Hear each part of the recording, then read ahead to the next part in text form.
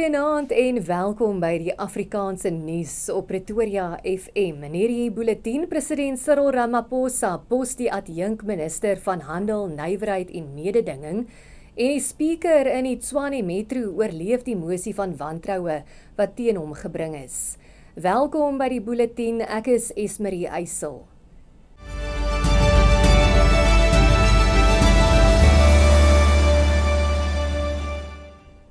Die presidentsie het in 'n verklaring bevestig dat president Cyril Ramaphosa, 'n DA-LP en adjunkminister van Handel, Nywerheid en Mededinging, Andrew Whitfield, uit sy kabinet verwyder het. Die minister in die presidentsie, Khumbudzo Ntshavheni, het tydens 'n terugvoersessie oor die kabinetsvergadering gesê dat Ramaphosa Whitfield bedank het vir sy tyd in die kabinet. Daar is vroeër in News24 berig dat Ramaphosa glo planne het om sy kabinet te skommel. Volgens Ntshavheni het die president geen aanduiding gegee dat hy van plan is om sy hele kabinet te skommel nie. Dit is nog onduidelik wat tot die stap gelei het. Action SA se parlementêre leier Athol Trollip het in reaksie op die verwydering van die adjunkminister gesê dat Ramaphosa nie net een adjunkminister moet verwyder nie, maar dat alle adjunkte verwyder moes word. Trollip meen president Cyril Ramaphosa moet die res van die 42 adjunkministers verwyder, omdat hulle volgens hom oortollig is.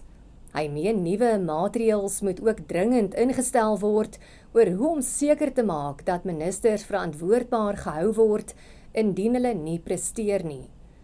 Volgens Trollip is Ramaphosa se kabinet een van die grootstes ter wêreld en onderpresterend. Die speaker in die Tshwane Metro, Mqedi Ntwanana, het die mosie van wantroue in hom oorleef. Die DA het die mosie ingedien en die ATM-lid daarvan beskuldig dat hy partydig is en tydens raadsvergaderings emosionele besluite neem. Die DA se caucus-leier in die Tshwane Metro, Silje Brink, sê partye wat nie deel van die koalisie vennootskap in die metro is nie, het volgens hom geen sê tydens raadsvergaderings nie.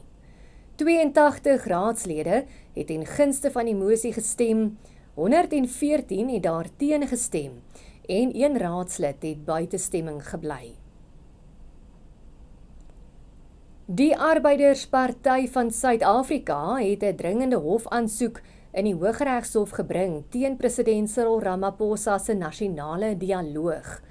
Die party wil hê dat die beoogde gespreksforum verbied moet word en dat dit as ongrondwetlik, irrasioneel en finansiëel onverantwoordelik verklaar moet word.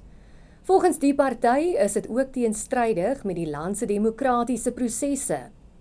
In sy hofstukke beweer die party dat die geraamde 700 miljoen rand wat die proses gaan kos in die huidige ekonomiese klimaat 'n vermorsing van geld is. President Ramaphosa het die behoefte aan 'n nasionale dialoog verdedig en sê dat dit nodig is om beleidsverskille te oorbrug, vertroue te herbou en nasionaliteit te herstel. Dit bring ons aan die einde van die Afrikaanse nuus hier op Pretoria FM.